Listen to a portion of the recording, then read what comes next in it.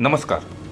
चंद्रपूर महानगरपालिका निवडणुकीचा निकाल हा काँग्रेससाठी एक मोठा धक्का मानला जात आहे. कारण 27 जागा जिंकूनही काँग्रेसला सत्तेपासून दूर राहावे लागले. संख्याबळाच्या दृष्टीनं काँग्रेस सर्वात मोठा पक्ष ठरला असला तरी स्पष्ट बहुमत न मिळाल्यानं सत्ता स्थापनेची संधी त्यांच्या हातून निसटली. या पराभवामागे केवळ आकडेवारी कारणीभूत नसून पक्षांतर्गत घेतलेले काही महत्त्वाचे निर्णयही तितकेच जबाबदार असल्याची चर्चा आता जोर धरत आहे. नमस्कार, आपण बघत आहात दिव्य वतन न्यूज. गेल्या 6 वर्षापासून रामू तिवारी यांनी काँग्रेसच्या शहर जिल्हाध्यक्ष म्हणून जबाबदारी सांभाळली होती. त्यांच्या कार्यकाळात त्यांनी केवळ संघटनात्मक बांधणीवर भर दिला नाही, तर आंदोलन, मोर्चे आणि विविध सामाजिक प्रश्नांवर सक्रिय भूमिका घेत पक्षाला मजबूत करण्याचे काम केले. त्यांच्या नेतृत्वाखाली काँग्रेसने लोकसभा आणि विधानसभा निवडणुकीतही चांगली कामगिरी केली होती. त्यामुळे महानगरपालिका निवडणुकीतही काँग्रेस मोठ्या ताकदीने सत्तेत येईल असा विश्वास कार्यकर्त्यांपासून ते पक्ष नेतृत्वापर्यंत सर्वांनाच होता. मात्र निवडणुकीच्या अवघ्या 1 महिना आधी रामू तिवारी यांना शहर जिल्हाध्यक्ष पदावरून हटवण्याचा निर्णय घेण्यात आला. हा निर्णय पक्षासाठी टर्निंग पॉईंट ठरल्याचं आता स्पष्टपणे दिसून येत आहे. कारण कोणत्याही निवडणुकीत संघटना ही सर्वात मोठी ताकद असते आणि अचानक नेतृत्व बदलल्यामुळे संघटनेचे संतुलन बिघडले.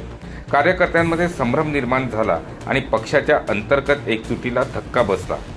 याच काळात उमेदवारी वाटपाची प्रक्रिया सुरू होती.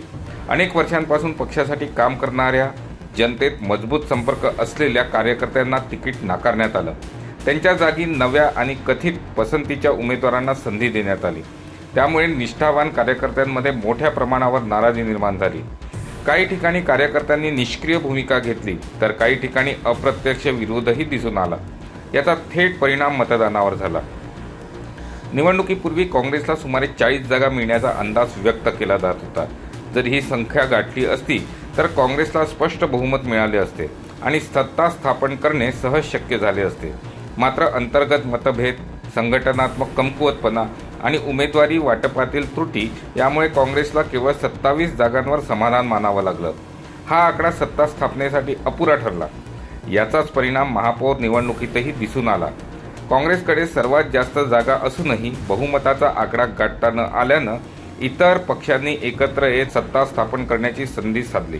परिणामी काँग्रेसला विरोधी पक्षाची भूमिका स्वीकारावी लागली. या संपूर्ण घडामोडीत सर्वात जास्त चर्चा होत आहे ती म्हणजे रामू तिवारी यांना पदावरून हटवण्याच्या निर्णयाची. अनेक कार्यकर्त्यांचे मत आहे की जर निवडणुकीपूर्वी नेतृत्व बदलले गेले नसते तर संघटना अधिक मजबूत राहिली असती आणि काँग्रेसला स्पष्ट बहुमत मिळू शकले असते. म्हणजेच हा निर्णय काँग्रेससाठी आत्मघातकी ठरल्याची भावना आता उघडपणे व्यक्त होत आहे. चंद्रपूर महानगरपालिकेचा हा निकाल काँग्रेससाठी एक महत्त्वाचा धडा मानला जात आहे. केवळ जनाधार असणे पुरेसे नसते, तर संघटनात्मक स्थैर्य, योग्य नेतृत्व आणि कार्यकर्त्यांचा विश्वास टिकवणे तितकेच महत्त्वाचे असते. अन्यथा विजयाच्या उंबरठ्यावर उभा असलेला पक्षही सत्तेपासून दूर राहू शकतो. आता सर्वांचे लक्ष काँग्रेसपुढे कोणती भूमिका घेते याकडे लागले आहे. पक्षांतर्गत मतभेद दूर करून संघटना पुन्हा मजबूत करण्याचे आव्हान काँग्रेससमोर आहे.